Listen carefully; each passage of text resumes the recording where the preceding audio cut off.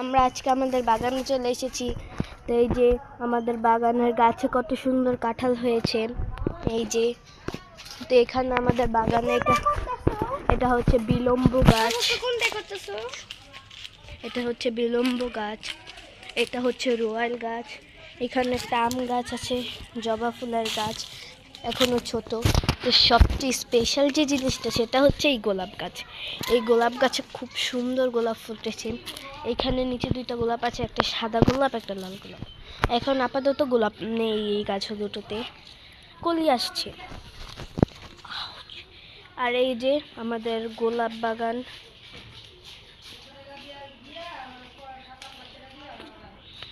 এখানে কত সুন্দর গোলাপ হয়েছে আপনারা দেখেন। এই যে এখানে মাশাআল্লাহ কত সুন্দর গোলাপ দেখেন, কত সুন্দর।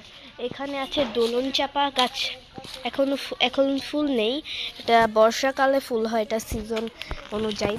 তো এই গোলাপগুলো সারা বছরই হয়, কি সুন্দর গোলাপগুলো।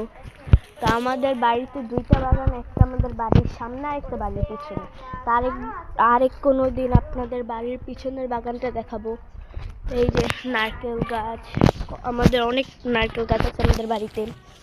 পরে পেঁপে গাছ আছে, এই যে একটা পেয়ারা গাছ।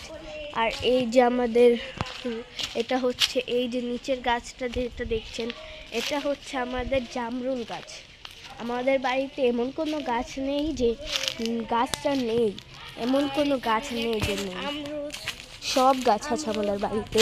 তো আমাদের বাড়ির পিছনের বাগানে অনেক গাছ আছে, তো সেগুলো একদিন আপনাদের সাথে শেয়ার করব।